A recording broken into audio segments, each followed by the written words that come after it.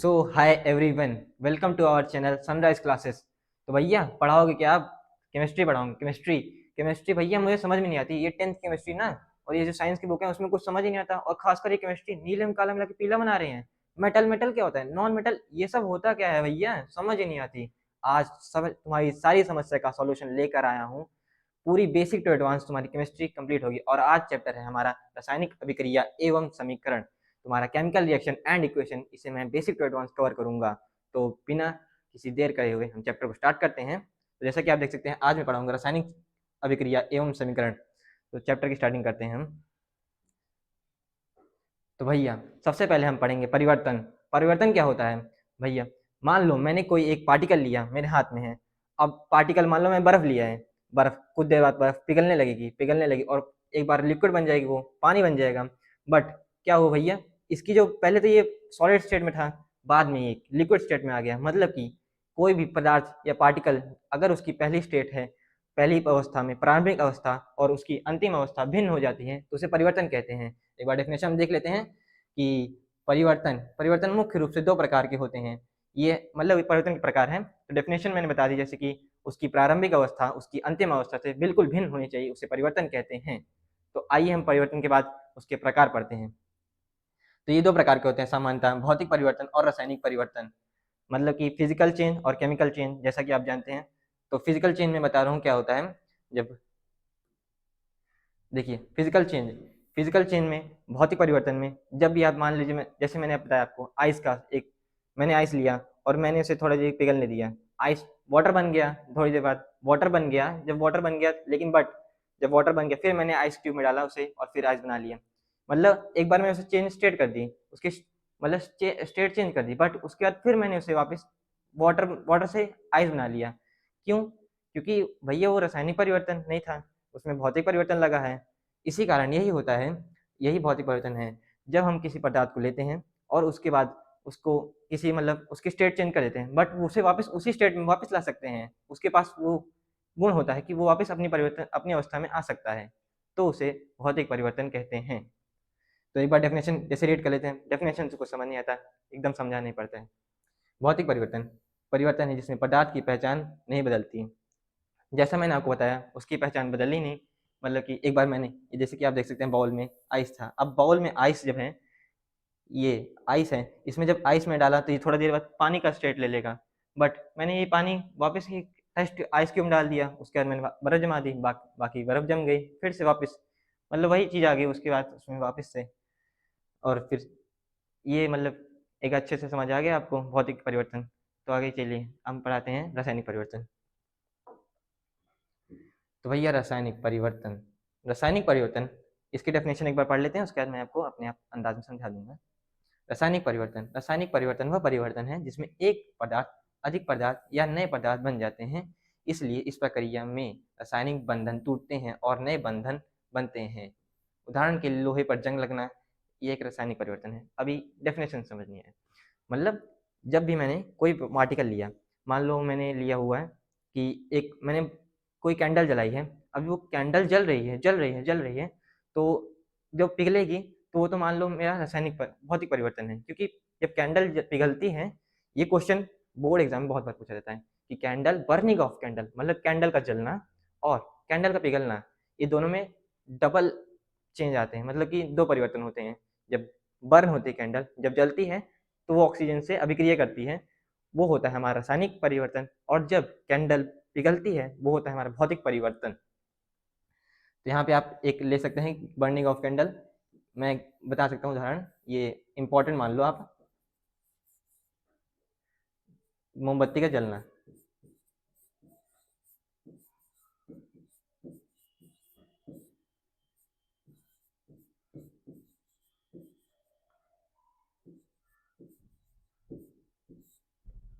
ये इंपॉर्टेंट, एक board exam के पॉइंट ऑफ व्यू से इंपॉर्टेंट माना जाता है ये उदाहरण आपका।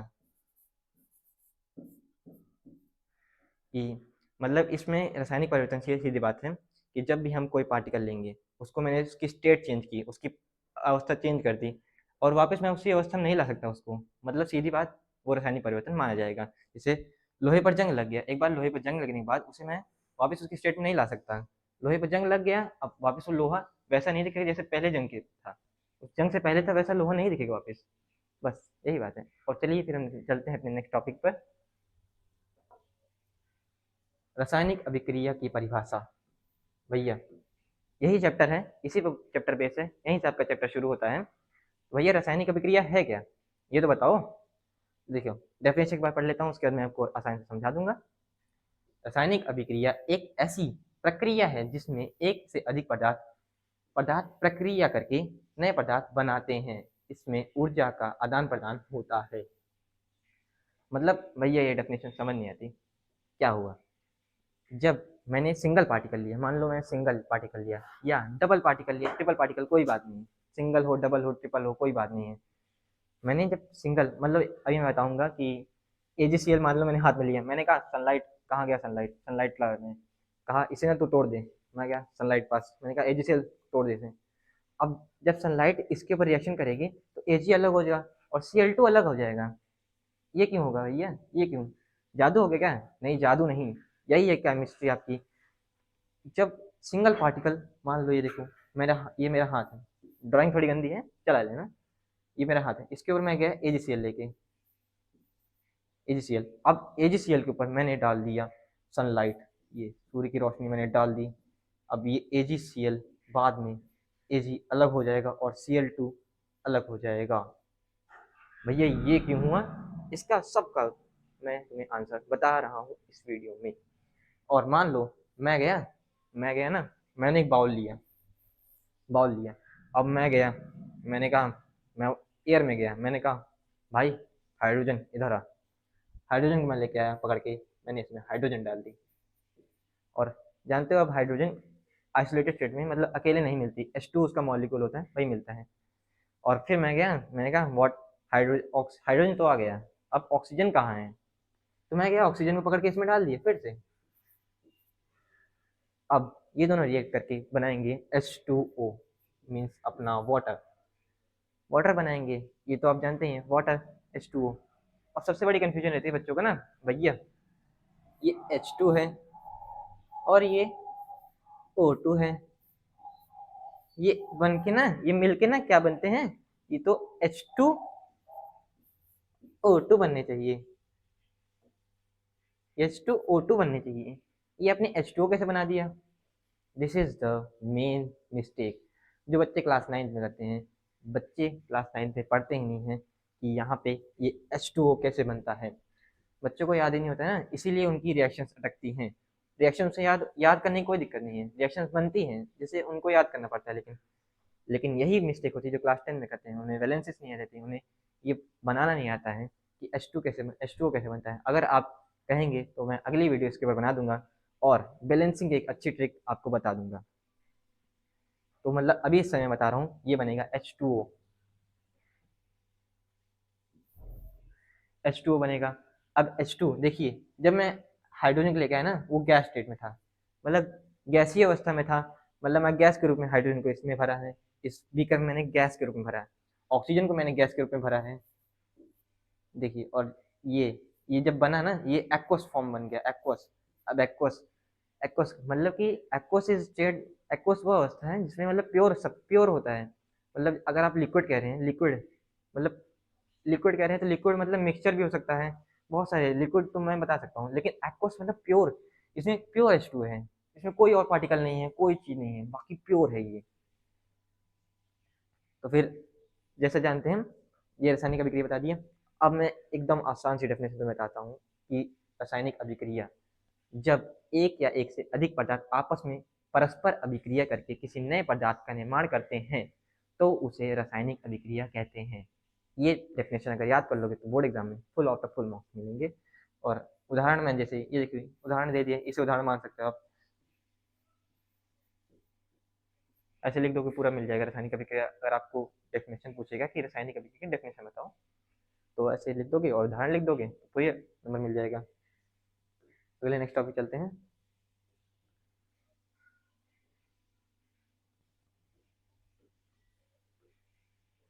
भैया उससे पहले मैं एक चीज बता दूं तुम्हें, ये इस टॉपिक पर पहले, भैया कि जब रासायनिक अभिक्रिया हुई तो क्या कैसे हुई, पता कैसे चलेगा कि रासायनिक अभिक्रिया हो रही है। मुझे कैसे पता चलेगा भैया? हाँ यार, ये तो सोचने वाली बात है। अभी बताता हूँ कैसे होगा। जब भी ये टॉपिक पूछते हैं कि क्वेश्चन पूछा जाता है कि बोर्ड एग्जाम में कि रासायनिक अभिक्रिया हुई तो उसमें क्या क्या परिवर्तन आए, ये आप इसे संक्षेप में लिखिए। तो उसमें 5 पॉइंट्स आपको लिखने होते हैं, जो मैं आपको बता रहा हूँ। ये 5 पॉइंट्स लिख देंगे तो पूरे में लिख देंगे। सबसे पहले आपका आता है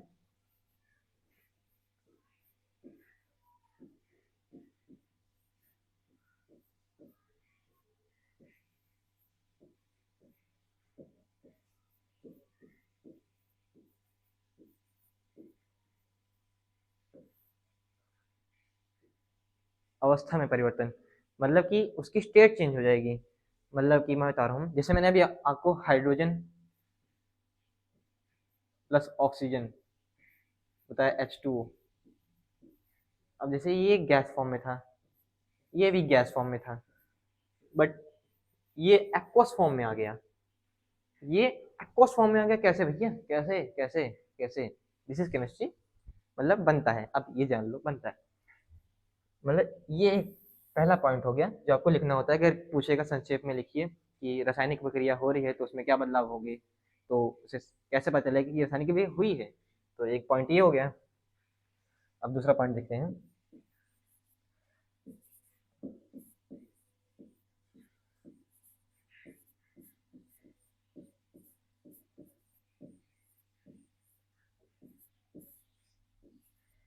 रंग में परिवर्तन।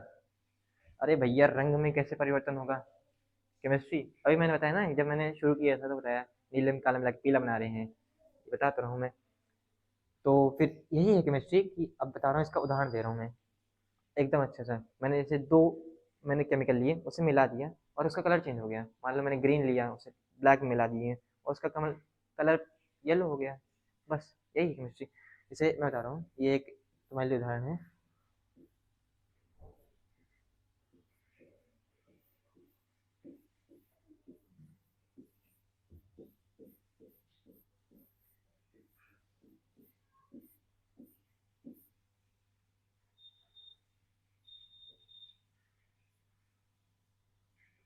ये है। अब देखो, ये रहा तुम्हारा कलरलेस सब्सटेंस, मतलब ये रंगहीन है।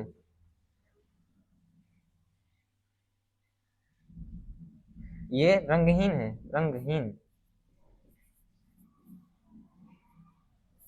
इसमें कोई रंग नहीं है। लेकिन जब मैंने इसकी रिएक्शन की, ये पीला बन जाएगा, पीला। ये पड़ जाएगा पीला। और ये, और मतलब कि ये नाइट्रोजन जानते हैं, नाइट्रोजन को पूता नहीं, ये पीला पड़ जाएगा। मतलब आपको पता चल गया कि जब ये होता है, पहला तो अवस्था में परिवर्तन होता है, फिर रंग में परिवर्तन होता है, और तीसरा बताता हूँ मैं तुमको।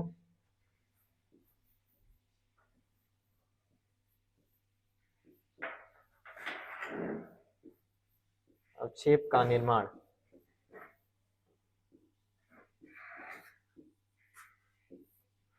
मतलब कि यही देखो, यही इसका एग्जाम्पल भी है कि जब मैंने इसमें पीबीएन, ये सॉरी, ये पूरा एग्जाम्पल नहीं है, ये मतलब अलग एग्जाम्पल है। मैं तुम्हें बता रहा हूँ एग्जाम्पल इसका, ऊपर लिख दे रहा हूँ एग्जाम्पल तुम्हें।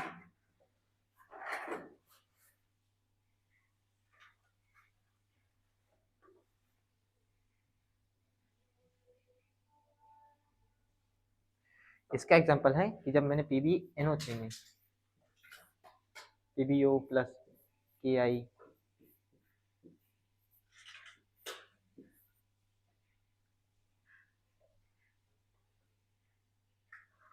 सॉरी,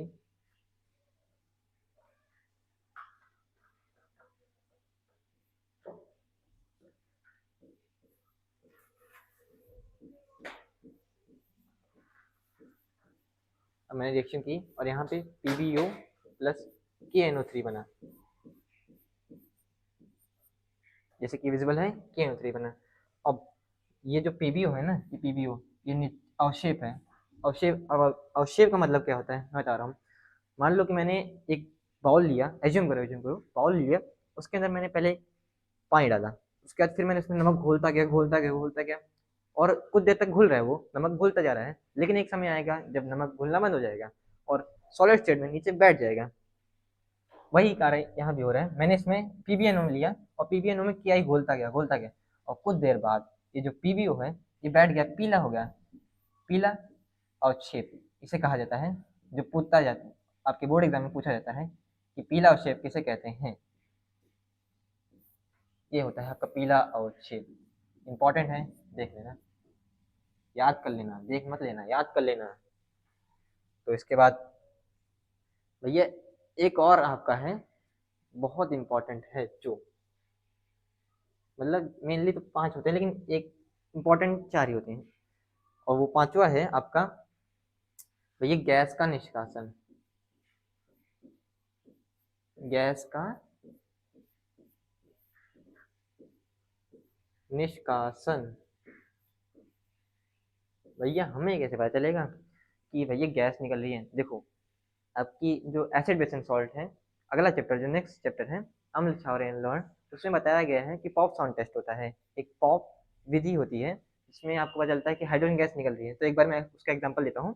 जैसे मैंने सेडन लिया है, सेडन आप जानते हैं एक एलिमेंट है, उसका मैंने H2SO, ये H2SO आपका होता है एक एसिड होता है, H2SO सल्फ्यूरिक एसिड जिसे कहते हैं। H2SO लिया, अब मैंने इसकी अभिक्रिया कर दी, यहाँ पे ZnSO4 बना प्लस H2O प्लस H2, मतलब मीन्स हमारे प्लस H2। अब जब H2 ना ये रिलीज होगी, H2 ये गैस रिलीज होगी।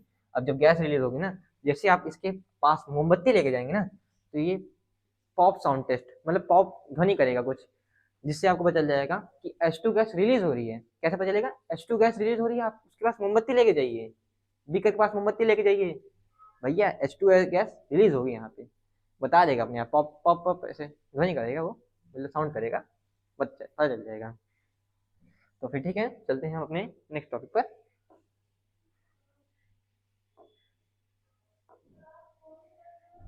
अभिकारक और उत्पाद, सॉरी मतलब इससे पहले एक मैं तुम्हें बता दूं रासायनिक समीकरण।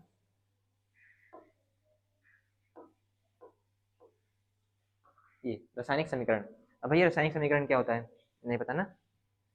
पूरा chapter basic to advance complete होगा, चिंता मत लो।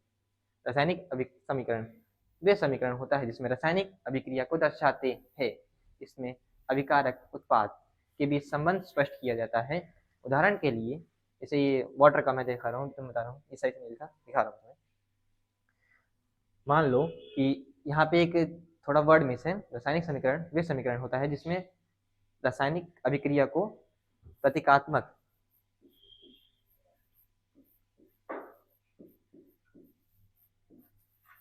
प्रतीकात्मक रूप से दर्शाते हैं। और ये एग्जाम्पल के लिए मैं दिखा रहा हूँ एग्जाम्पल। तो एग्जाम्पल है, मान लो ये H2, जैसे मैं बता रहा था, जैसे H2 plus O2 equals to H2O। और इसमें मतलब एक वो बता सकता हूँ कि एक मतलब कि सिम्टम बता सकता हूँ कि जैसे A प्लस B बराबर C, मान लो कोई नई चीज बन गया, इसे मतलब बता रहा हूँ। देखो, जब H2, ये जो आपके इधर वाले प्रोडक्ट, ये सब ये है, ये रिएक्टेंट, इन्हें कहते हैं रिएक्टेंट, इन्हें अभिकारक कहते हैं। हिंदी में अभिकारक कहते हैं, इंग्लिश में रिएक्टेंट। जो आपके सारे एरो के जो लेफ्ट साइड दिखेंगे, लेफ्ट साइड ये एरो है, इसके जो आपके बाएं तरफ दिखेंगे जितनी भी चीज, मान लो ए बी सी डी, अगर इस यहाँ पे A plus B plus C plus plus में एडिशन में चाहे अकेला, जितने बाई ओर दिखेंगे सब अभिकारक माने जाएंगे। और उसके बाई ओर कितने दिखेंगे, जितने भी, जितने A plus B plus C plus D जितने भी होंगे सब उत्पाद माने जाएंगे। उत्पाद, इन्हें हिंदी में प्रोडक्ट कहते हैं, इंग्लिश में सॉरी प्रोडक्ट कहते हैं,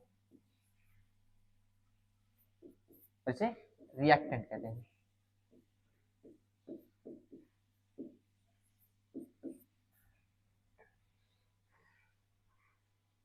और जल मतलब बता दिए, जल बन रहा है। अब मतलब कि ये होता है, इसके बाद मैं तुम्हें बता रहा हूँ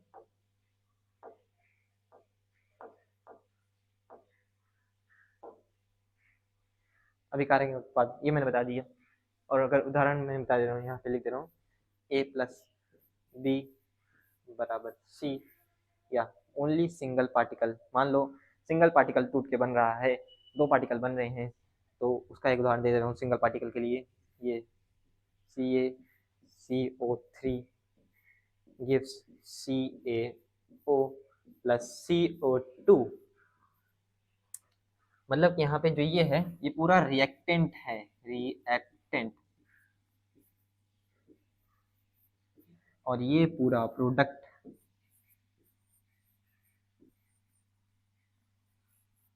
ये है आपका अभिकारक, ये है आपका उत्पाद, ये आपका अभिकारक, ये आपका उत्पाद। तीर के उस तरफ वाला उत्पाद, तीर के इस तरफ वाला अभिकारक। जिस तरफ एरो रहेगा, एरो का हेड जिस तरफ रहेगा उस तरफ प्रोडक्ट बनेगा, जिस तरफ एरो का टेल रहेगा उस तरफ आपका रिएक्टेंट बनेगा। ये आप देख लीजिए, डेफिनेशन में कुछ है नहीं। अभिकारक वह पदार्थ है जो प्रतिक्रिया है, जो प्रतिक्रिया करते हैं, और उत्पाद वे पदार्थ हैं जो प्रतिक्रिया के बाद बनते हैं। वही मैं बता दिया, जो बनेगा वही उत्पाद बनेगा, और जो मतलब रिएक्शन में शामिल हो गए वो सब रिएक्टेंट होंगे। चलते हैं आगे। ये मैंने बता दिया कि गैस का निष्कासन होगा, और रंग में परिवर्तन, स्थिति में परिवर्तन मैंने बता दिया, चेंज स्टेट सब बताया था। अब ये यही है इम्पोर्टेंट आपका, आपकी 10th में यही सबसे ज़्यादा इम्पोर्टेंट होता माना जाता है कि किसी भी रासायनिक समीकरण को संतुलित करना होता है। रासायनिक समीकरण संतुलित करना होता है भैया, यही सबसे दिक्कत है, सबसे बड़ी दिक्कत है। ये बैलेंसिंग आती ही नहीं। बैलेंसिंग एकदम ईजी वे बताऊंगा, और बैलेंसिंग के लिए ट्रिक मैं जो बता रहा हूँ, ट्रिक बना दूंगा आपके लिए बैलेंसिंग की अगली वीडियो में। बैलेंसिंग के बाद डेफिनेशन तो कुछ है नहीं, एक बार पढ़ा देता हूँ। रासायनिक समीकरण को संतुलित करने के लिए अन्य अत्यंत महत्वपूर्ण है। संतुलित समीकरण यह सुनिश्चित करता है कि प्रतिक्रिया में शामिल सभी पदार्थों का द्रव्यमान समान या रासायनिक अभिक्रिया के अध्ययन में आवश्यक है, जिससे हम उत्पाद और अभिकर्ता या अभिकारक के बीच का संबंध समझने में मदद मिलती है। मतलब कि एक नियम होता है द्रव्यमान संरक्षण का नियम, जिसे आपने क्लास 9 में पढ़ा होगा कि जब भी मैं कोई रिएक्शन लिखूंगा तो उसमें सब पार्टिकल्स, सब मॉलिक्यूल्स प्रोडक्ट के और रिएक्टेंट के बराबर होने चाहिए। ये जैसे कि मैंने बताया कि ये होता है आपका, ये इतना जो होता है आपका, ये अभिकारक माना जाता है इतना,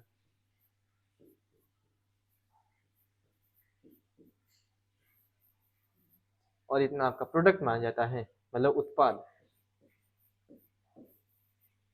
अब अभिकारक और उत्पाद में अब देखिए, ये मेरा Fe देखो Fe, ये मेरा Fe है।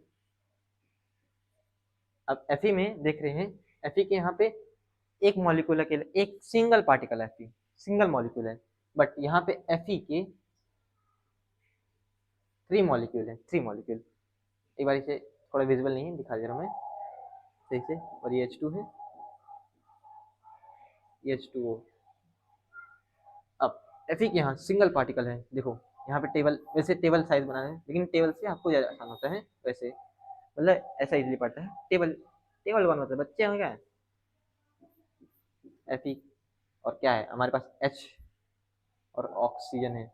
मान लो रिएक्टेंट में ये मैं मान लो रिएक्टेंट का R लिख दे रहा हूँ, और ये प्रोडक्ट का P लिख दे रहा हूँ। रिएक्टेंट में इसके पास कितने मॉलिक्यूल है, सिंगल मॉलिक्यूल, सिंगल एटम है भैया, सिंगल सिंगल है ये जिंदगी में अपने। और ये भाई 3 है, 3 है यार, दोस्त हैं, काफिला बन रहा है इनका।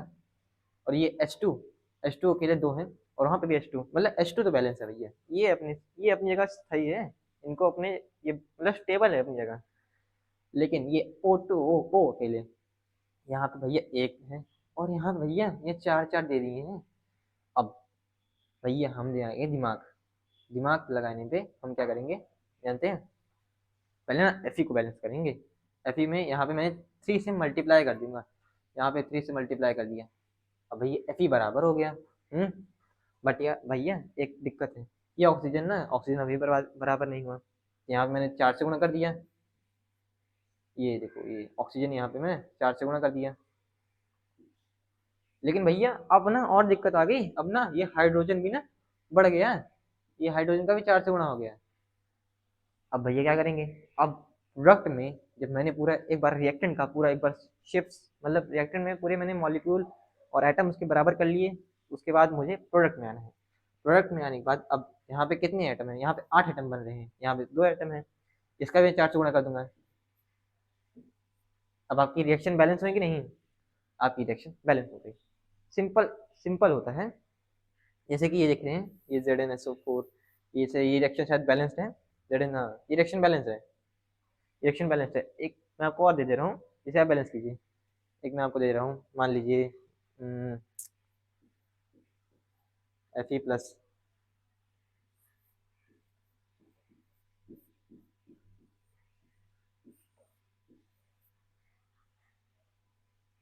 ये रिएक्शन आप होमवर्क, ये होमवर्क है आपका, इसे होमवर्क में करिएगा, ट्राई करिएगा। और इससे पहले मुझे एक वो बता दीजिएगा कि ये, जैसे मैंने मान लिया, एक और मैं दे रहा हूँ क्वेश्चन, इसे क्या कहते हैं? इसे इसे आपको जानते हैं, इसे कार्बन डाइऑक्साइड कहते हैं। क्या? Carbon dioxide.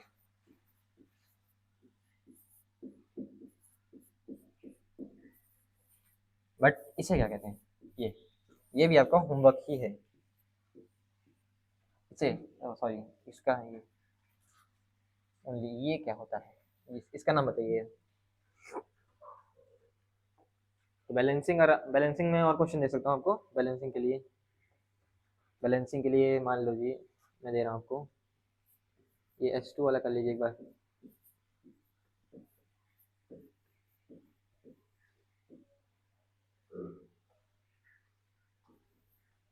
अब इसमें क्या करना है भैया, इसमें हाइड्रोजन, अब वो टेबल वाला मेथड छोड़ो, डायरेक्ट देखा करो, डायरेक्ट। हाइड्रोजन यहाँ भी दो, यहाँ पे भी दो, ठीक है। हाइड्रोजन यहाँ पे भी दो, यहाँ पे भी दो। ऑक्सीजन यहाँ पे दो, बट यही है, यहाँ पे एक हाइड्रोजन कहाँ से भैया, कहाँ से? ये इसके साथ नाइंसाफी हो रही है ना, हाँ नाइंसाफी हो रही है इसके साथ। हाँ, ये यहाँ पे दो है, ये पेयर में है, ये पेयर में है, हाँ पेयर में है, ये अलग अकेला है। तो यहाँ पे हम दो से गुणा कर देंगे। और भैया अब गड़बड़ गड़बड़ हो गई, गड़बड़, यहाँ पे हाइड्रोजन 4 हो गए, तो यहाँ पे भी मैं 2 से गुणा कर दूंगा। एक ये है। अब एक सिंपल ट्रिक बताऊँ, सिंपल ट्रिक फ्रैक्शन वैल्यू के लिए। सिंपल ट्रिक देखो, मान लो कि ये रहा H2 प्लस O2, H2O मेरा ये बना। अब यहाँ पे ना एक ट्रिक, देखो ट्रिक, ट्रिक क्या है, ये देखो यहाँ पे ना ऑक्सीजन ने की है। अब ट्रिक देखो, ट्रिक 1/2, यहाँ पे दो ऑक्सीजन थे, 1/2, ये जानते हो ये इनटू में आता है, 1/2, 1/2 कट गया, कट गया। और यहाँ पे ये पूरी रिएक्शन बैलेंस हो गई, मतलब ये 1/2। अगर फ्रैक्शन में करते हैं तो इजी पड़ता है, बट मेन यही हिट एंड ट्रायल मेथड यही बताता है, हमारे जो एनसीईआरटी में है यही हिट एंड ट्रायल मेथड यही बताता है कि ऐसे लिखो, तभी तो आएंगे नंबर, तभी तो मिलेंगे नंबर, वरना ये मेथड और आसान पड़ता है, आपके लिए मेथड और आसान पड़ेगा। तो अगला मैं देता हूँ कि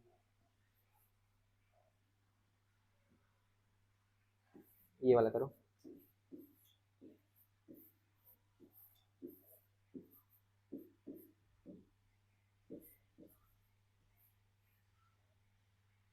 बैलेंस, सॉरी बैलेंस है ये।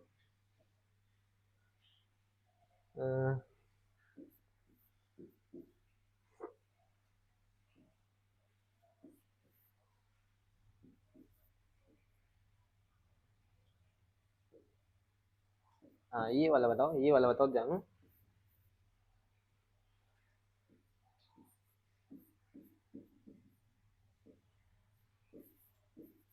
और भाई क्या है, जब ना इसका ना मौलिक, ये जो कंपाउंड बना है इसका नाम लिख के जाना, नेम, इसका नेम कमेंट में लिख के जाना, और बता देना कि भैया तैयारी आज चल रही है, इसका नेम बता देना। और ये होमवर्क, ये भी होमवर्क है, आसानी है, कर लोगे। नेक्स्ट टॉपिक पे चलते हैं। ये मैंने बताया कि द्रव्यमान संरक्षण का नियम, कि दोनों तरफ रिएक्टेंट और प्रोडक्ट के जो कंपाउंड एटम्स बराबर होने, मतलब मॉलिक्यूल और एटम्स बराबर होने चाहिए। सीधी बात, खत्म। यहाँ पे आपको समझ आ गई। चलते हैं नेक्स्ट स्लाइड पर। अब भैया जो आपने बताया था, मैंने बता दिया अभिषेक, ये ना थोड़े इंपॉर्टेंट पॉइंट्स हैं यहाँ पे, इंपॉर्टेंट पॉइंट्स डाल दो, या अगर नोट्स बना रहे हैं इंपॉर्टेंट पॉइंट्स डाल दो।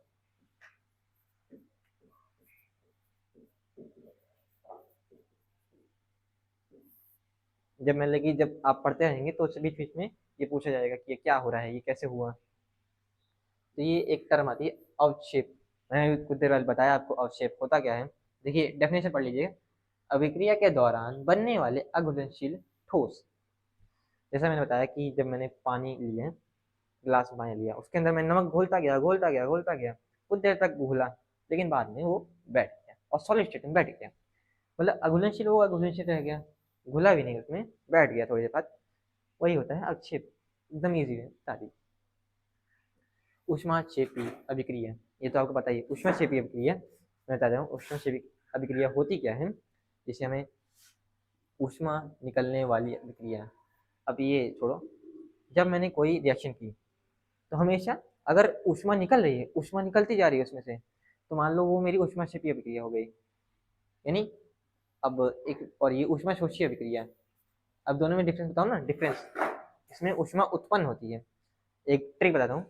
ये श, देखो ये श लिखा है ना, इसमें श से शोषी और अ से अवशोषण। जहाँ शोषी दिखा वहाँ अवशोषण होगा। ऊष्माक्षेपी में जहाँ अवशोषी अभिक्रिया दिखी वहाँ पे अवशोषण होगा, ऊष्माक्षेपी में अवशोषण होगा। और ऊष्माक्षेपी अभिक्रिया में उत्पन्न होगी, ऊष्मा उत्पन्न होगी, ऊष्मा रिलीज होगी।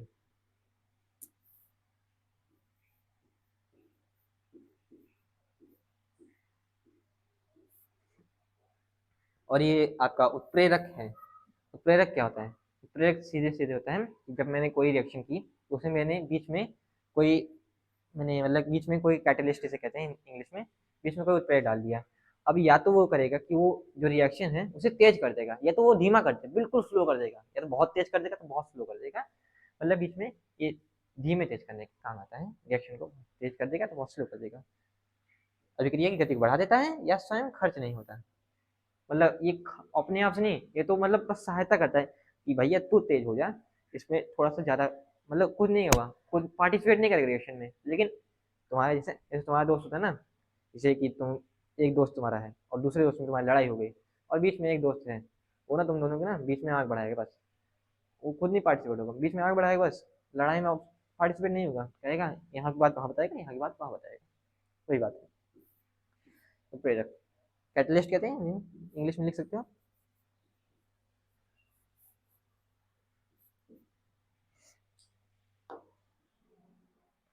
अब आते हैं most important part of the chapter, जो है हमारा टाइप्स ऑफ रिएक्शन।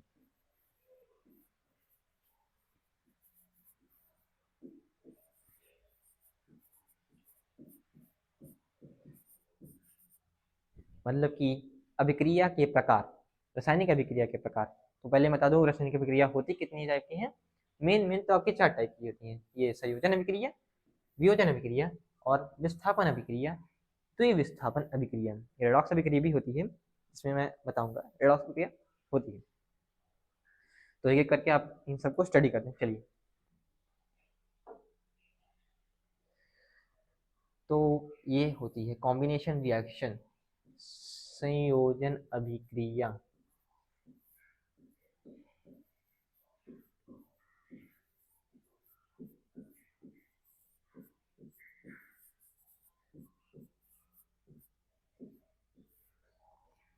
संयोजन अभिक्रिया, भैया संयोजन अभिक्रिया में होता क्या है, डेफिनेशन एक बार रीड करके दिखाता हूँ, उसके बाद खुद से बताऊंगा।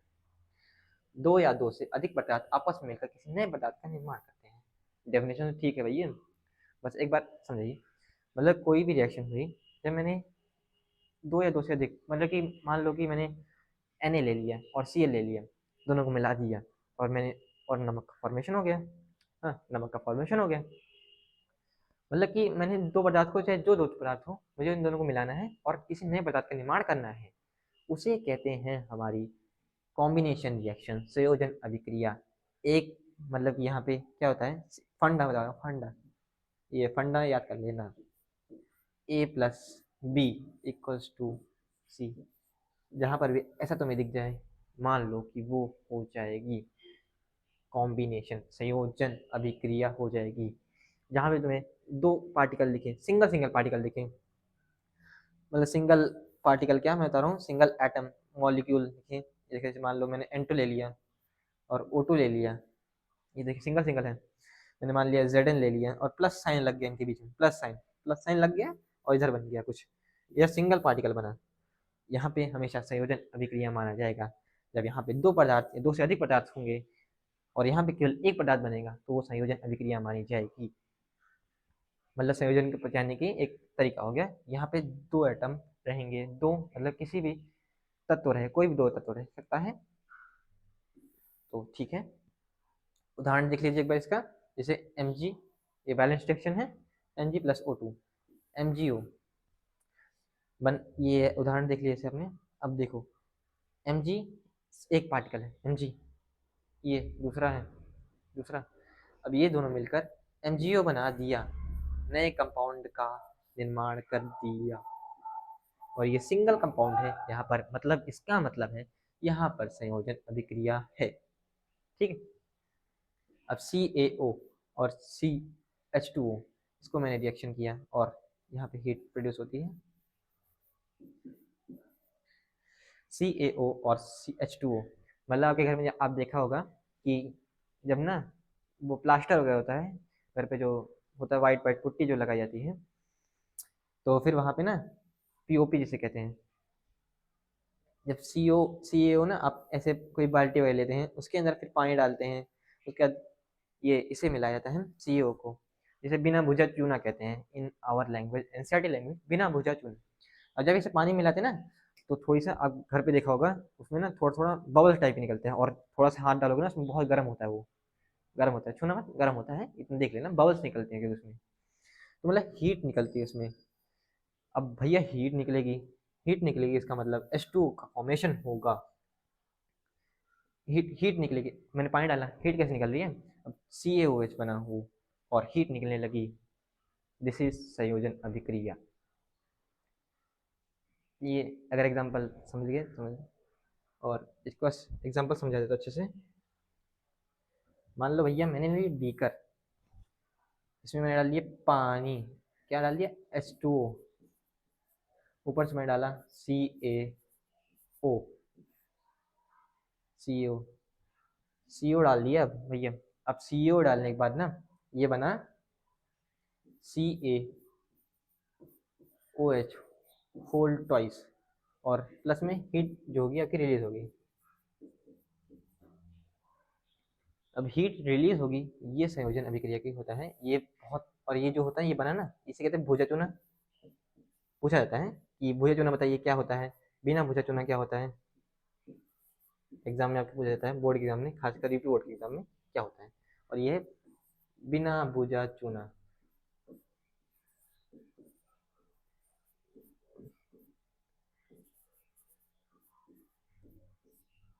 भुजा चूना, बिना भुजा चूना। और जब मतलब कि जब मैंने इसकी रिएक्शन की, इसमें मैंने इसमें मैं मान लो इसे मैंने कर लिया ना, उसके अंदर CO2, मैं CO2 डालता गया एक्सेस में, मतलब बहुत ज़्यादा डाल दिया, बहुत सारा एक्सेस में, मतलब बहुत ज़्यादा डाल दिया CO2। तो जब बाद में है ना, फिर वो बनता है CaCO3।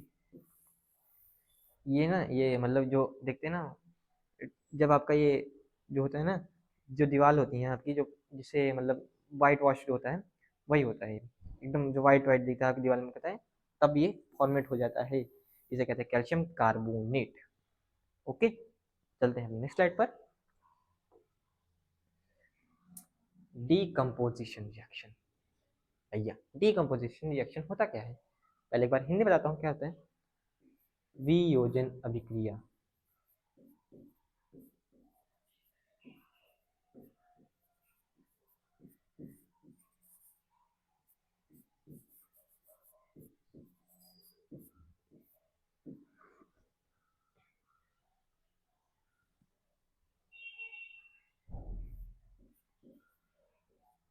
वियोजन अभिक्रिया। भैया वियोजन अभिक्रिया क्या होती है, एक बार डेफिनेशन बताता हूँ, उसके बाद देखो। जब एक ही पदार्थ एक यौगिक टूटकर दो या दो से अधिक पदार्थ बनाते हैं, तो उसे अपघटन अभिक्रिया या वियोजन अभिक्रिया कहते हैं। देखो सामान्य रूप में, इसमें सामान्य रूप लिख दिया है, इसे आप सी मान सकते हो, ओ मतलब सॉरी सॉरी, इसे आप सी भी मान सकते हो, सी और ए भी बन जाते हैं। इसका मैं एक उदाहरण बताता हूँ, इतने उदाहरण बता रहे हो, एफ जैसे मान लो ये रहा, ये वाले से उदाहरण चेंज करते हैं, हाँ सी वाले से बताते हैं, पढ़ो बताओ। मान लो ये Fe2O3, ये ना बनना Fe प्लस O2। अब ये रहा आपका सिंगल कंपाउंड, और ये दो आइसोलेटेड, मतलब आइसोलेटेड तो नहीं कहेंगे, मतलब दो अलग अलग मतलब मॉलिक्यूल में बदल जा रहा है। ये सिंगल कंपाउंड है, ये दो मॉलिक्यूल में बदल गया। मतलब कि जान लो अगर यहाँ पे अकेला पदार्थ मिलेगा और यहाँ पर दो पदार्थ मिल गए आपको, तो वो रिएक्शन हमेशा डिकम्पोजिशन यानी वियोजन अभिक्रिया मानी जाती है। अरे ये मक्खी वाला दाना हटाओ, यहाँ पे ये ऐसे बना हुआ है, मक्खी वाला कुछ नहीं है। देख आगे मैं दिखाता हूँ कि इसका एक अच्छा सा उदाहरण बताता हूँ तुम्हें। मान लो कि मैंने लिया FeSO4.7H2O और मैंने इसे बर्न किया मतलब गर्म किया, और इसमें FeSO4 प्लस 7H2O अलग हो गया। भाई जब ये जानते हो कैसे था, जानते हो ये कैसा था, ये था ग्रीन कलर का।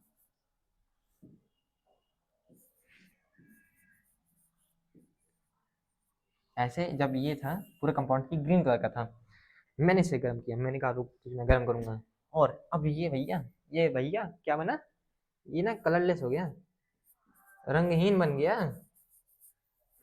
मैंने इसे इतना गर्म कर दिया कि ये रंगहीन हो गया। मैंने जैसे पानी के पूरे एटम निकाल लिए ना, सारे एटम निकाल दिए पानी के। और मैंने कहा मुझे ना अभी भी सब्र नहीं है, मैंने कहा अभी मैं और गर्म करूंगा। मान लो तुम कह रहे हो तुम इसे और गर्म करोगे, मैं क्यों अपना नाम लूँ, तुम और गर्म करोगे ना, तुम इसे और गर्म करोगे, बर्न करते गए, और बर्न करते करते ये बन गया Fe2O3 plus NO2 plus sorry SO2 plus SO3। अब ये क्या तो ये कैसा हो गया, ये ब्राउन कलर का बनेगा, ब्राउन, मतलब कि ये कलर चेंज हो गए, कलर पूरी चेंज हो गई। ये इंपॉर्टेंट माना जाता है, मतलब कलर के लिए आपके लिए आएगा नहीं, लेकिन ये रिएक्शन कभी कभी पूछी जाती है कि भैया ये ये जो है ना, ये यहाँ से लेकर यहाँ तक ये पूछी जाती है, भैया कौन सी टाइप की रिएक्शन है, उनको बता देना वियोजन है, वियोजन। मतलब ये एग्जाम्पल भी इसमें लिखा हुआ है। एग्जाम्पल क्या होता है, कुछ नहीं, थर्मल, मतलब कि देखो अब वियोजन मतलब थोड़ा बड़ा है। वियोजन क्या होता है, वियोजन में तीन टाइप्स होते हैं, वियोजन के अलग अलग प्रकार से वियोजन होते हैं। अब पहला है आपको वियोजन अभिक्रिया में थर्मल, जिसे कहते हैं उष्मीय वियोजन।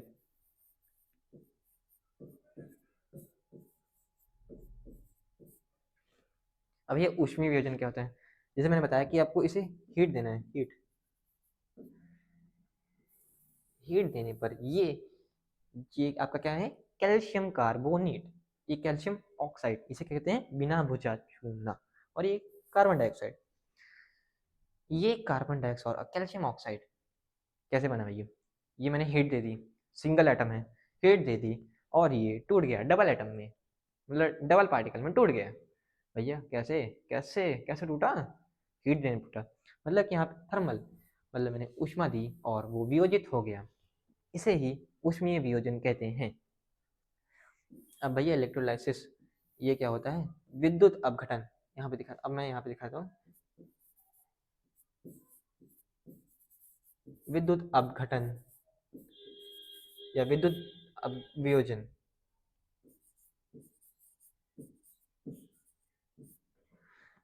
विद्युत अपघटन क्या होता है, मान लो भैया, मान लो ये बीकर मैंने ले लिया, एज्यूम करो, एज्यूम करना है, खोना नहीं है, एज्यूम करना है, ये भी कर लिया, मैंने इसमें H2 भर के रखा है, H2O मतलब H2O,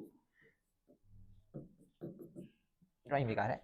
मैंने एक ना रॉड डाला, ये दो रॉड डाले, ये दोनों बिजली से कनेक्ट है, ये प्लस वाला है, ये कैथोड है, ये माइनस वाला एनोड है।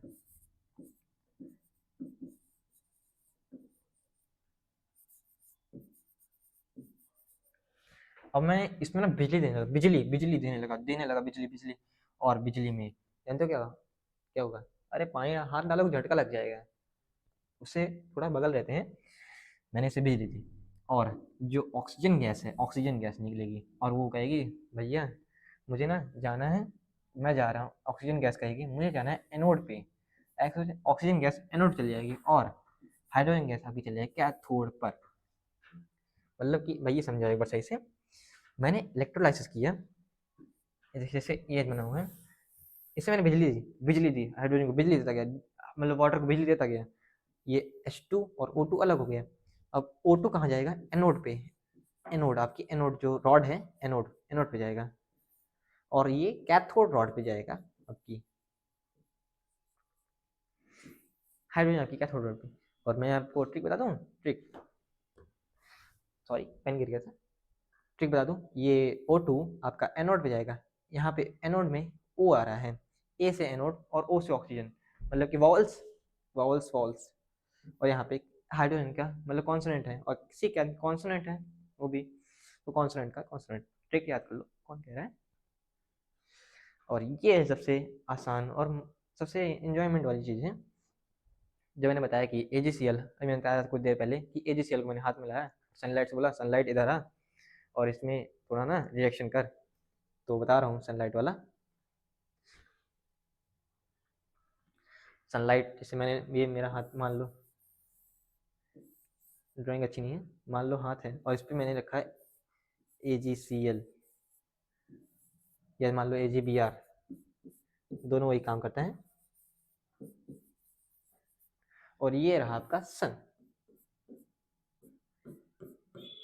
और इससे सन रेज आ रही हैं, सन रेज,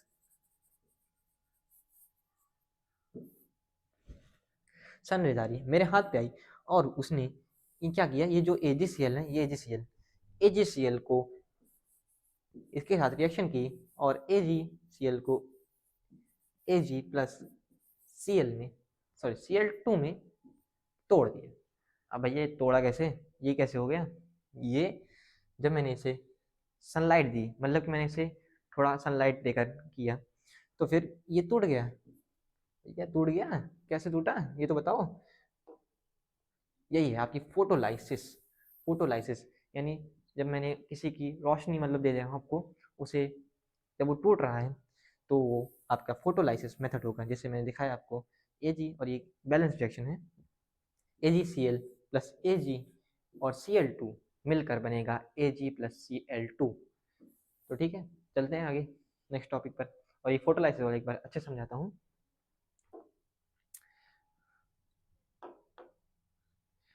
मैंने सनलाइट दे दिया ना, ये टूट गया, टूट गया, ये तो कहा ये मैं टूट गया, हाँ टूट गया मैं, Ag और Cl2 में टूट गया ये। यहाँ पे सिंगल एटम मतलब सिंगल कंपाउंड था, यहाँ पे सिंगल कंपाउंड,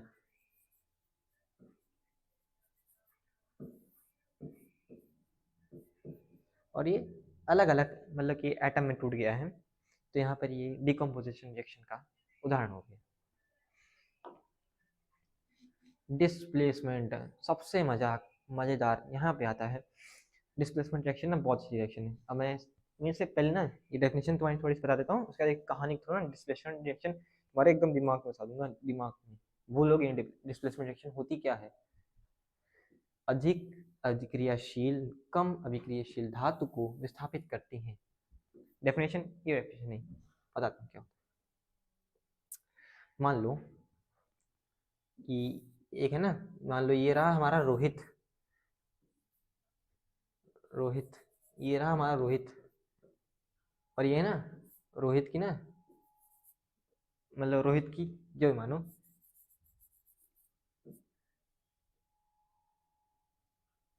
ये ना रोहित की महबूबा, महबूबा रोहित की, और ये हमारा भैया राहुल, राहुल, ये रोहित और रोहित की महबूबा एकदम एकदम खुश थे, बट उनकी जिंदगी में आता है राहुल, जो रोहित का दोस्त था, राहुल आता है। और राहुल ना बॉडी शॉडी एकदम मेंटेन किया है, पैसे वैसे बहुत सारे हैं। एक दिन ना वो इनके साथ रिएक्शन करता है, और ये भैया राहुल ना बहुत ज़्यादा रिएक्टिव है, मतलब कि भैया देखो ना बॉडी शॉडी रखा है, एकदम हाई क्लास में चलता है।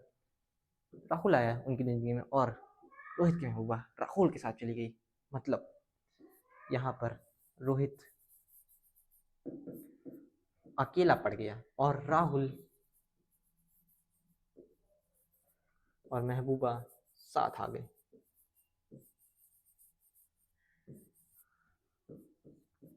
तो मैं इसे एक बार बता दूं, मान लो कि ये ए है, ए मतलब रोहित और उसकी महबूबा, और ये सी है राहुल हमारा। जब ये रिएक्शन हुई तो हमारे भैया राहुल ना अकेला, रोहित अपनी जिंदगी में अकेला हो गया। रिएक्शन के बाद ना रोहित अपनी जिंदगी में अकेला हो गया और राहुल भैया उसकी महबूबा के साथ चला गया। समझ आया? ये जैसे कि तुम्हें एक उदाहरण दिखाता हूं मैं। ये देखो, ये वाला उदाहरण है। ये है अपने भैया रोहित, सॉरी ये है अपने भैया राहुल, राहुल और ये है अपने रोहित भैया और उनकी महबूबा।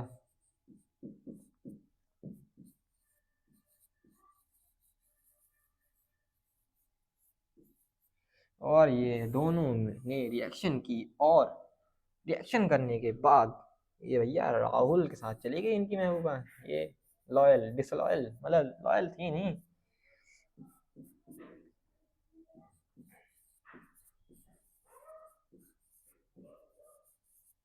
और ये भैया हमारे रोहित भैया अपनी जिंदगी में अकेले तनहा रह गए।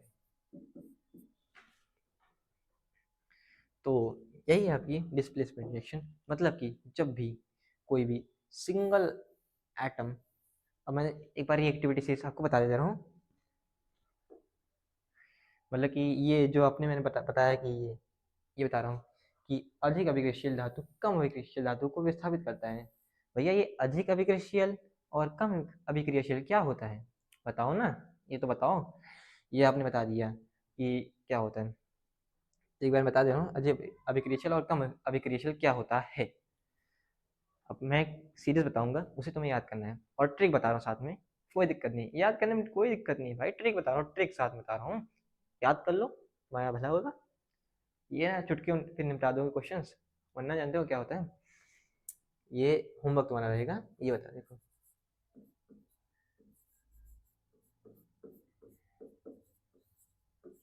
ये क्वेश्चन तुम्हारा होमवर्क रहेगा।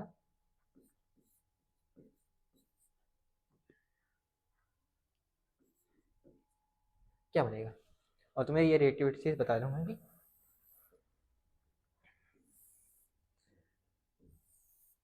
देखो यहाँ पे मैं लिख रहा हूँ, मतलब कि उनके बता रहा हूँ।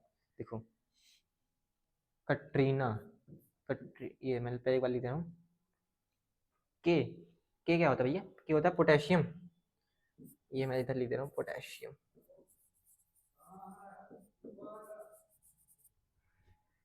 के फॉर कटरीना, ये मतलब ट्रिक है। और Na सोडियम, भैया सोडियम जानते हो ना भैया, इतना रिएक्टिव होता है, जैसे निकालो ना पानी डालो ना ऐसे बॉम्ब ब्लास्ट हो जाता है, मतलब जानते हो जैसे। कटरीना ने कटरीना ने फिर सी ए, भैया सी ए मतलब कैल्शियम आपका, ये सोडियम बता रहा हूँ मैं, सोडियम लिख रहा हूँ।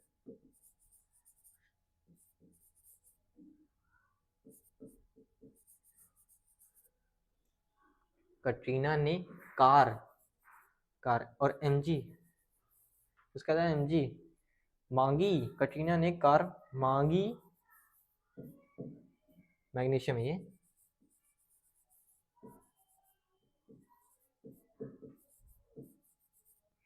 भैया कौन कौन सी कार मांग रही है कटरीना, कटरीना जी कौन कौन सी कार मांग रही हो? हाँ सलमान खान की दुकान जाती हो क्या भैया?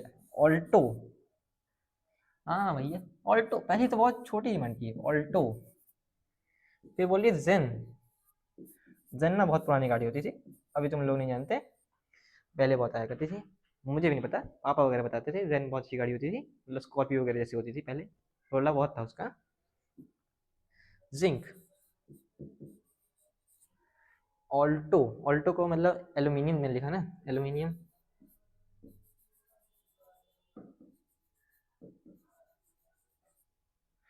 और फरारी, भैया देख रहे हो, ये यहाँ पे डिमांड लो, यहाँ पे थोड़ा सा बीच मीडियम वाली डिमांड हो गई, और यहाँ पे ना फरारी मांग रही, फरारी हाई डिमांड, एकदम हाई भैया, हाई,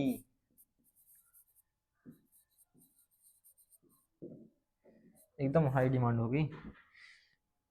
और एफी का मतलब कि फेरस जानते हो, फेरस मतलब आयरन, फेरस क्यों लिखो, आयरन लिखो डायरेक्ट।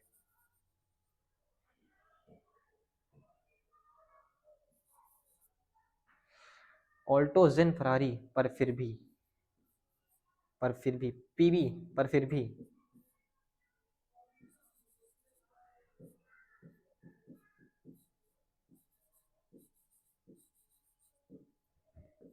हाई, क्यों, एच वाई हाई, क्यों, मतलब क्यों भाई, क्यों, मिली, मिली का, मिली का मतलब एच जी, आप पारस माने एच जी का,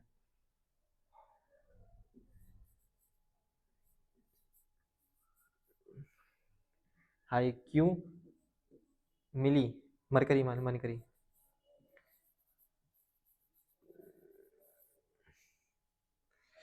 और ये कॉपर सी यू,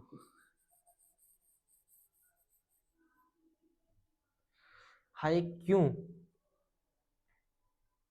मिली, मिली, मिली का यहाँ से देखना, मिली का ये मरकरी देखना, क्यों मिली, यहाँ पे लिख दे रहा हूँ मैं, बाकी जो ये ट्रिक्स हैं यहाँ पे, उसके बाद यहाँ लिख दे रहा हूँ मैं, मिली, सिल्वर ऑडी, सिल्वर जानते हो, सिल्वर, सिल्वर जानते हो, सिल्वर,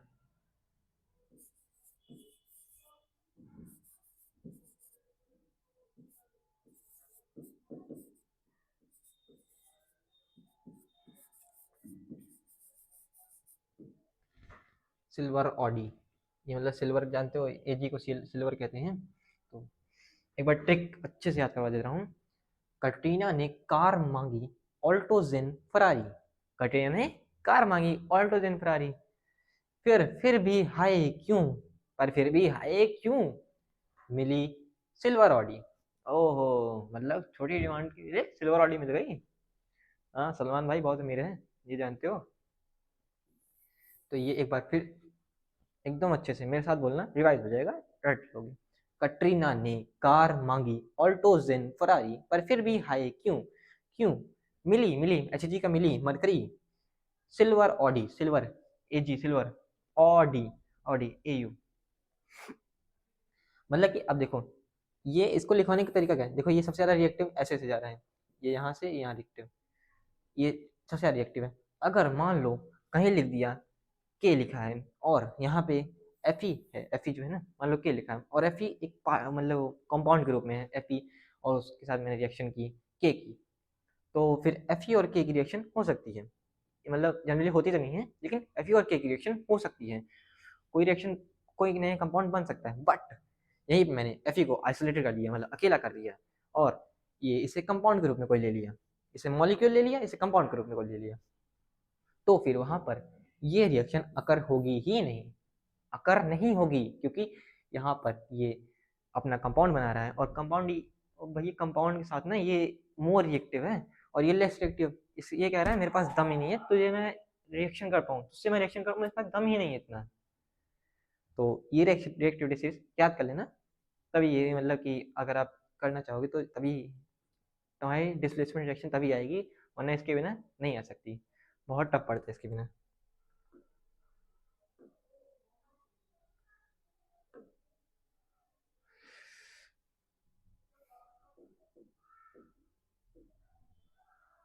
और ये आपकी रही double displacement reaction, double displacement reaction, भैया डबल डिस्प्लेसमेंट रिएक्शन होती क्या है, दो यौगिक आयन अदला बदली करते हैं, ये डेफिनेशन बेकार है, तुम्हें बता रहा हूँ डेफिनेशन, रियल डेफिनेशन में बताता हूँ, कि जब मतलब कि जब एक या एक से अधिक पदार्थ, दो कंपाउंड आपस में परस्पर अभिक्रिया करके अपने पदार्थों का, अपने एटम्स का अदली बदली करते हैं, मतलब कि मान लो जब दो यौगिक परस्पर अभिक्रिया करके अपने तत्वों को एक दूसरे पर आदान प्रदान करते हैं, तो उसे डबल डिस्प्लेसमेंट यानी द्विविस्थापन अभिक्रिया कहते हैं।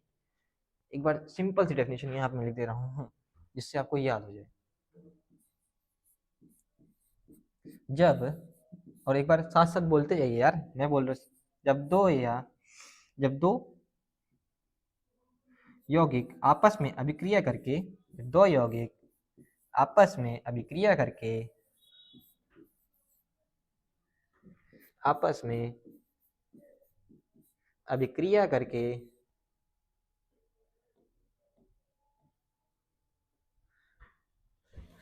आपस में अभिक्रिया करके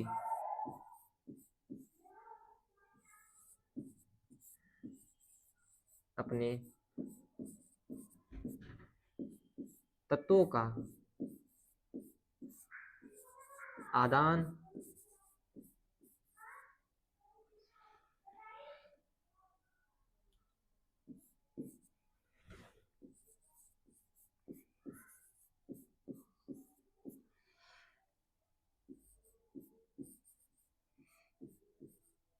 प्रदान करते हैं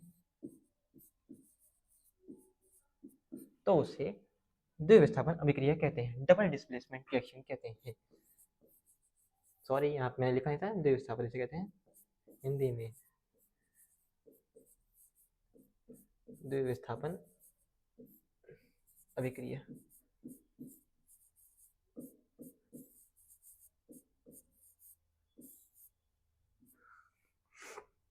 और ये आपकी विस्थापन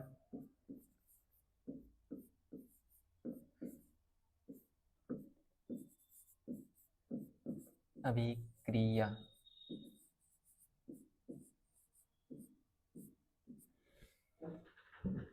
इसका ये वाला उदाहरण मैं तुम्हें बता रहा हूँ, ये वाला उदाहरण कैसे होता है अगली स्लाइड बता रहा हूँ कि इसमें होता क्या है। जैसे कि देखो बता रहा हूँ, ये आपका, ये देखो, ये जो मैंने बताया था आपको पीला अवक्षेप जो बनता है, एक बार अच्छे से स्लाइड में ये सही से नहीं लिखा, बता रहा हूँ।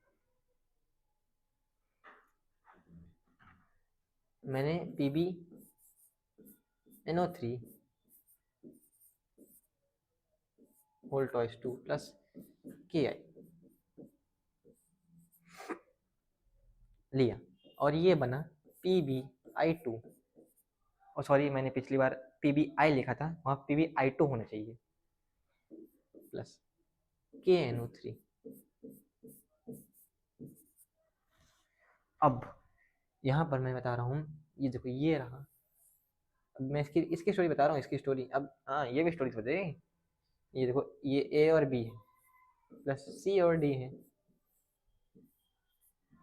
और यहाँ पे क्या बना, A और, भैया A और D आ गए, और यहाँ पे C और B आ गए, C और B, मतलब उन्होंने अपनी एक एक फ्रेंड चेंज कर लिया। मान लो ये था भैया अपने दो दोस्त, क्या माने थे नाम, इनका नाम क्या माने, मान लो ये हैं अपने मोहित को एम से दिखा रहा हूँ मोहित, ये रहा अपना मोहित, और ये रहा अपना शशांक।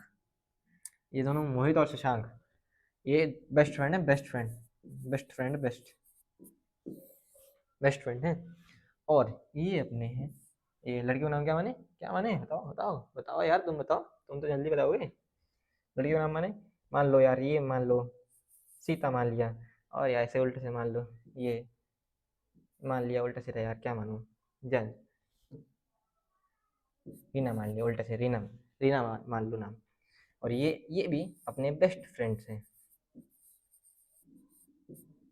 अब भैया इन दोनों में हो गई लड़ाई, ये मोहित और शशांक में हो गई लड़ाई, ये दोनों पता नहीं किस चीज़ की लड़ाई कर ली, और इन दोनों में लड़ाई हो गई।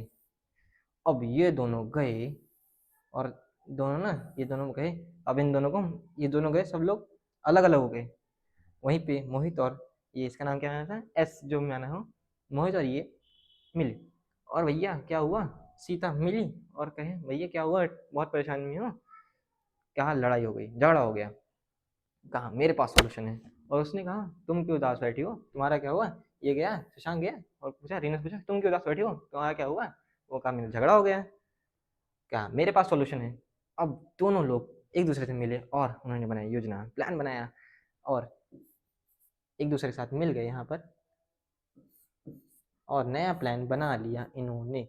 यहाँ पे फिर ये यहाँ पे फिर दिखा रहा हूँ, यहाँ पे फिर मोहित और सीता ने अपना प्लान बना लिया, और शशांक और राहुल ने अपना प्लान बना लिया, रीना अपना प्लान बना लिया।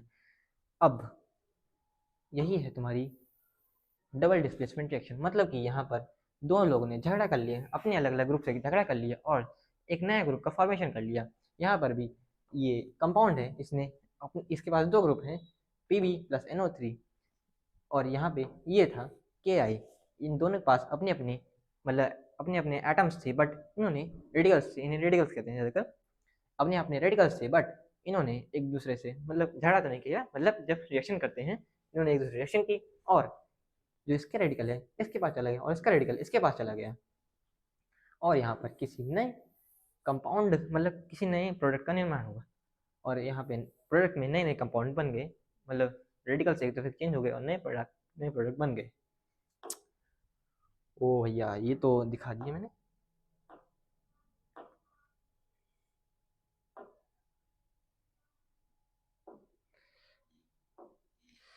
ओ भैया, भैया इसके बाद ना टॉपिक आता है, टॉपिक क्या कहते हैं इसे, oxidation and reduction. Oxidation and reduction मतलब कि उपचयन एवं अपचयन अभिक्रिया। उपचयन चयन अभिक्रिया क्या होती है भैया बताओ एक बार, तो एक बार मैं हिंदी में ना लिखूँ इसका, तो मैं आपको बता रहा हूँ क्या क्या होती है उपचयन अभिक्रिया।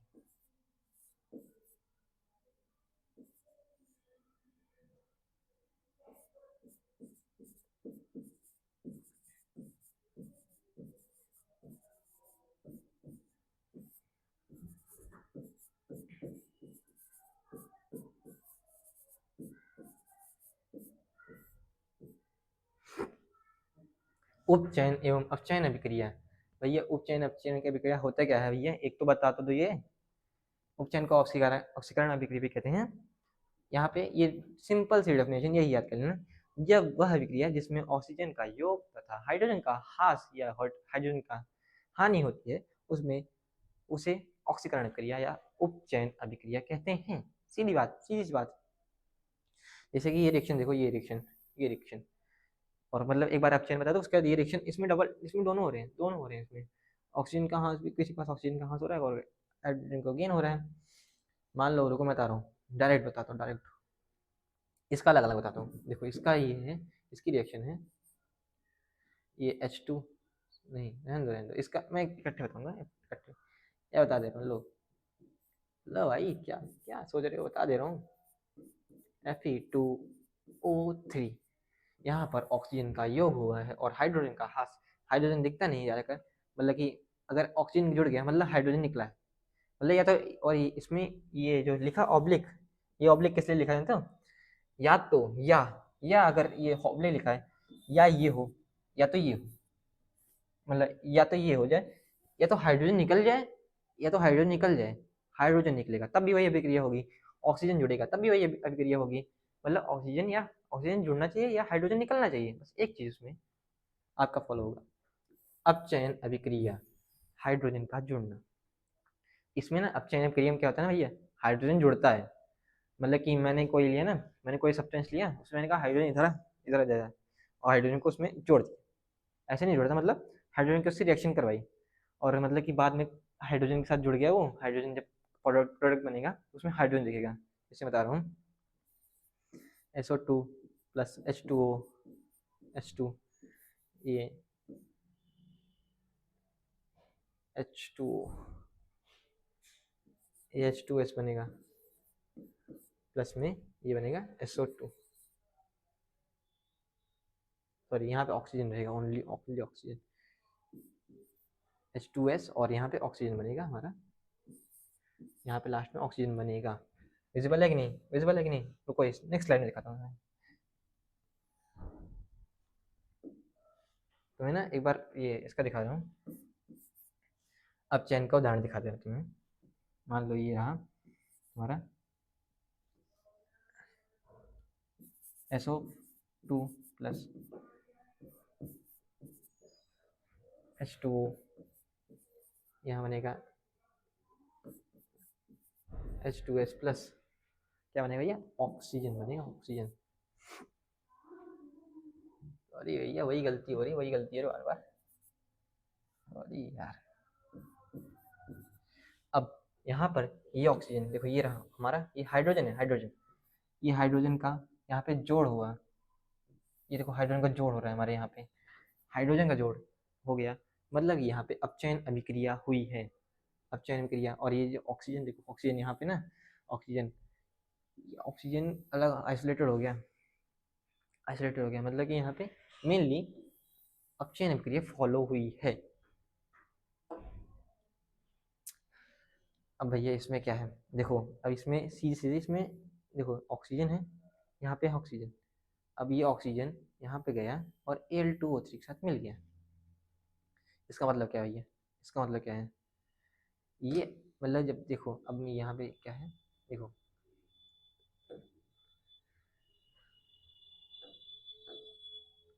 ये देखो, ये ऑक्सीजन है, जहाँ पे तुम्हें ऑक्सीजन दिखाए जी हाँ, वहाँ पे ये ऑक्सीकारक, ऑक्सीकारक होता है, ये ऑक्सीकारक, ये ऑक्सीजन दिख गया, ऑक्सीकारक मान गया। और ये जो है ना अपचायक, इसे कहते हैं अपचायक, जब अगर एक ऑक्सीकारक बन गया दूसरा अपने आप अपचायक बन जाता है।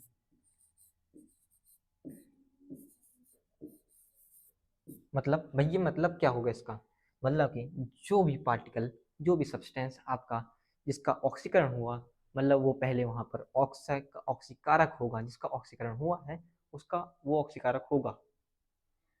यहाँ पे जब ये अकेला है आइसोलेट स्टेट में गया ना, जैसे ये देखो ये है, ये अपचायक था, इसका अपचयन हुआ है, अपचायक था तो अपचयन हुआ, इसने ऑक्सीकरण करवाया, इसने अपचयन करवाया। ठीक है भैया, सॉरी कोरिजन वाला टॉपिक छूट गया आपका, क्या मिटा सकता है इसे, मिटा देता हूँ यार। देखो मतलब आपके पास लास्ट टॉपिक बचे हैं, उसके बाद मैं एक बार पूरा एक बार समराइज करवा दूंगा, उसके बाद लास्ट टॉपिक है ये, देख लेना। कोरोजन संचारण,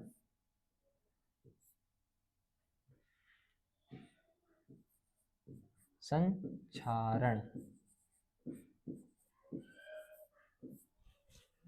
अब भैया संचारण क्या होता है, मतलब कि धातु की वातावरण में धीरे धीरे क्षरण होने लगता है, ये नहीं मान लो कि मैंने कोई धातु रखा है, वातावरण में रख दिया है, ये तो है वातावरण में होने, वातावरण में होगा क्योंकि वहां पे आपको ऑक्सीजन मिलेगा, हाइड्रोजन मिले, मतलब वाटर मिलेगा।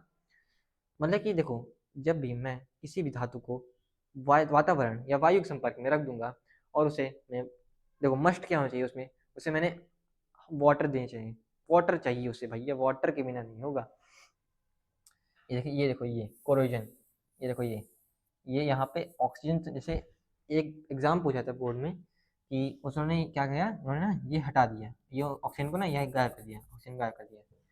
अब पूछेंगे कि उसके लिए क्या क्या चीज़ें आवश्यक हैं, यहाँ पर वो खाली ब्लैंक स्पेस दे देंगे और कहेंगे कोरोजन के लिए क्या क्या चीज़ आवश्यक है, संचारण के लिए क्या क्या चीज़ें आवश्यक हैं। तो यहाँ पे ऑक्सीजन और क्या पता उन्होंने ये वाला हटा दिया और ये वाला ब्लैंक कर दिया, वाटर, उसे कहेंगे वाटर, क्या चीज़ आवश्यक है यहाँ पे, तो वाटर।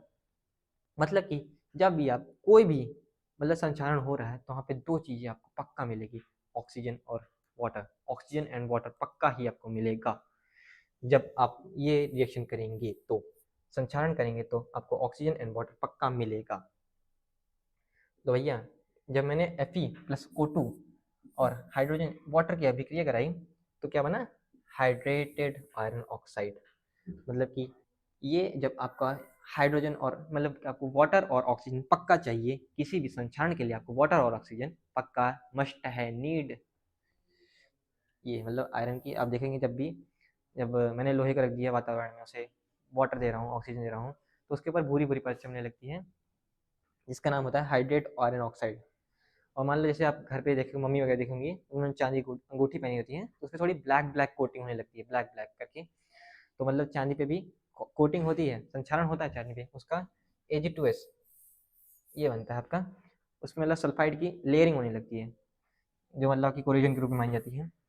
मतलब तांबा जब हरा हो जाता है, देखो तांबा तांबा लाते हैं पीला पीला होता है तो, लेकिन कुछ दिन बाद ना उसके ऊपर लेयरिंग चढ़ती है और Cu2S बन जाता है वो, कॉपर हरा हो जाता है, मतलब उसके ऊपर क्या, वो कॉपर बेकार नहीं, उसके ऊपर संक्षारण होने लगता है, इसलिए मतलब संक्षारण की बहुत सारी विधि होती है बताने के लिए, जैसे आप उसे तेल लेपन से या उसे मतलब कि बहुत सारे गैल्वेनीकरण वगैरह होता है, जिसे या तो मिश्र धातु बनाकर आप सही कर सकते हैं, वो आपका थर्ड चैप्टर में मैं बताऊंगा पूरा अच्छे एक्सप्लेनेशन बताऊंगा कि ये सब मतलब उसके तरीके क्या होते हैं बचाने के लिए, एकदम एक्सप्लेन बताऊंगा। अभी यहाँ पे ज़्यादा जरूरत नहीं है, मतलब यहाँ पे केवल जरूरत था कि कोरोजन संक्षारण होता क्या है, और मतलब कि कॉपर कार्बोनेट ये बता दिया मैंने। लास्ट टॉपिक ये अपने इसका लास्ट टॉपिक है, उसके बाद मैं आपको पूरा समराइज कर दूंगा और फिर यहाँ पर हमारा वीडियो खत्म है। रेंसिडिटी, भैया रेंसिडिटी हिंदी में क्या कहते हैं एक बात बता दो? विकृत गंधिता, विकृत गंधिता। भैया विकृत गंधिता होता क्या है? विकृत गंधिता क्या है भैया बताओ तो? तेल वसायुक्त पदार्थ ऑक्सीजन हो जाए, O2 हो जाने के कारण जिसमें बदबू और खराब स्वाद हो जाता है। मतलब ये डेफिनेशन थोड़ी सही नहीं है, अब डेफिनेशन रियल बताता हूँ।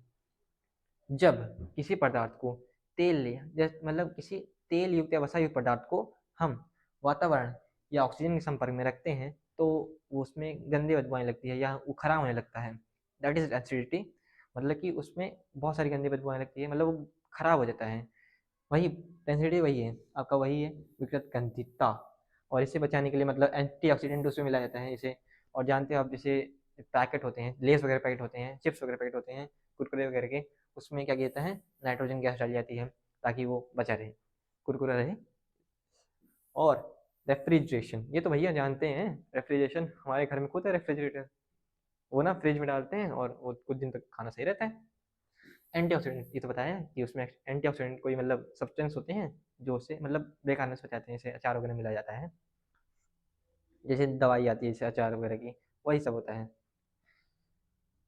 और ये मतलब कि ये मतलब यहाँ पे क्या चीज़ है, ऑक्सीजन मस्ट है, ऑक्सीजन चाहिए आपको तभी वो खराब होगा, या तो मतलब तेल या वो तो पदार्थ हो गई। एक बार मतलब समराइज कर दे रहा हूँ मैं कि पूरे चैप्टर में हमने पढ़ा क्या। सबसे पहले मैंने पढ़ा कि रासायनिक, सबसे पहले मैंने चेंज पढ़ा, परिवर्तन। परिवर्तन होता क्या है, मतलब कि उसकी फर्स्ट स्टेट और लास्ट स्टेट बस डिफरेंट होनी चाहिए, प्रारंभिक अवस्था और अंतिम अवस्था बिल्कुल भिन्न होनी चाहिए। मतलब कि या तो वो बात अलग होगी कि प्रारंभिक अवस्था और भिन्न अवस्था लास्ट अवस्था में हम वापस चेंज कर सकते हैं, वो तो मतलब उसमें टाइप आ गई। लेकिन परिवर्तन क्या होता है कि प्रारंभिक अवस्था और अंतिम अवस्था भिन्न होनी चाहिए। और उसके बाद उसमें टाइप्स पढ़े हमने, भौतिक परिवर्तन और रासायनिक परिवर्तन। भौतिक परिवर्तन में अगर मैंने उसकी प्रारंभिक अवस्था को अंतिम अवस्था में बदल दिया, लेकिन वापस उसकी अंतिम अवस्था को वापस प्रारंभिक अवस्था में बदल सकता हूँ, तो वो हमारा भौतिक परिवर्तन होता है। लेकिन वहीं अगर मैं उसकी प्रारंभिक अवस्था को अंतिम अवस्था में परिवर्तित कर दिया और फिर मैं उसकी अंतिम अवस्था को प्रारंभिक अवस्था में परिवर्तित नहीं कर सकता हूँ, तो वो होती है रासायनिक परिवर्तन।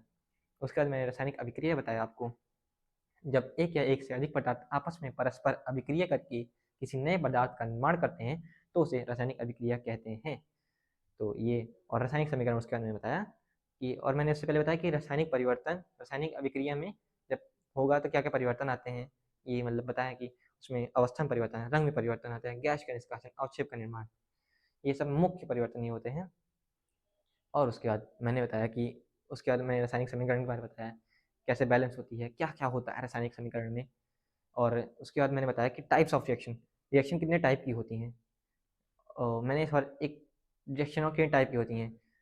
पहले मैंने बताया कि आपको संयोजन अभिक्रिया बताया, संयोजन अभिक्रिया, संयोजन अभिक्रिया में मैं बताया कि जब ए प्लस बी इक्वल्स टू सी बनेगा, ए प्लस बी मिलकर सी बन जाएगा, मतलब कि कोई भी दो एटम मिलेंगे, दो एटम, और वो सिंगल एटम बना रहे हैं, संयोजन अभिक्रिया हमेशा हमेशा, और सिंगल एटम मिलकर दो एटम बना दे रहे हैं, वो होगी वियोजन अभिक्रिया, पहला और दूसरा। और विस्थापन अभिक्रिया में मैंने भैया इतनी अच्छी स्टोरीज बना दिया, राहुल और महबूबा की, रोहित की, इतनी अच्छी स्टोरीज बता दी पूरा कि जब भी ए बी और सी प्लस सी में होगा तो वो मिलकर ए सी प्लस बी मिलेंगे, मतलब कि कोई ना कोई एटम अलग हो जाएगा उनसे, कोई ना कोई मॉलिक्यूल, कोई ना कोई तत्व अलग हो जाएगा। और लास्ट में जो हमारा है जिसे द्विविस्थापन अभिक्रिया कहते हैं, उसमें कि दो दो जोड़ा था, दो पेयर था, मतलब दो कंपाउंड थे, दो अलग अलग कंपाउंड थे, उनमें कंपाउंड के जो रेडिकल्स हैं, मतलब उनके कंपाउंड के जो एक एक तत्व हैं वो अलग अलग दूसरे तत्व रेडिकल्स के पास चले जाएंगे और नए नए पदार्थ का निर्माण करेंगे, ये जो जानते हैं। फिर मैंने बताया कि मैंने बताया कि आपको रिडक्शन क्या होता है, ऑक्सीडेशन क्या होता है, ऑक्सीकरण और अपचयन क्या होता है। मैंने बताया कि जब ऑक्सीकरण उसे कहते हैं जब ऑक्सीजन का योग, और रिडक्शन उसे कहते हैं जब हाइड्रोजन का योग होता है बट ऑक्सीजन का ह्रास होता है। ऑक्सीकरण में ऑक्सीजन का योग, हाइड्रोजन का ह्रास, बस ये बताया। और लास्ट हमारा संक्षारण। और संक्षारण में क्या होता है भैया कि मैंने ना कोई पार्टिकल रखा है, उसमें मैंने ऑक्सीजन भी दे दी है और ना मैंने वाटर भी दे दी उसे, उसकी ना सतह ना थोड़ी देर खराब होने लगेगी और उस पर कोई ना कोई कोलिजन, मतलब अलग अलग तत्व के अलग अलग कोलिजन्स होते हैं, वो आने लगेंगे। और लास्ट में हमारा जो विकृत गंधिता, मतलब कि कोई तेल वसायुक्त पदार्थ है उसे मैंने रखा है, वायु के ऑक्सीजन संपर्क में रखा है, तो ना वो खराब होने लगता है। खराब होने लगा तो फिर उसे ना, मतलब ऑक्सीजन उसमें नीड है, खराब होने लगा, उसे कहते हैं विकृत गंधिता। और फॉर थैंक यू लेक्चर पढ़ने के लिए, थैंक्स। तो आपका थैंक्स करना चाहेंगे हम।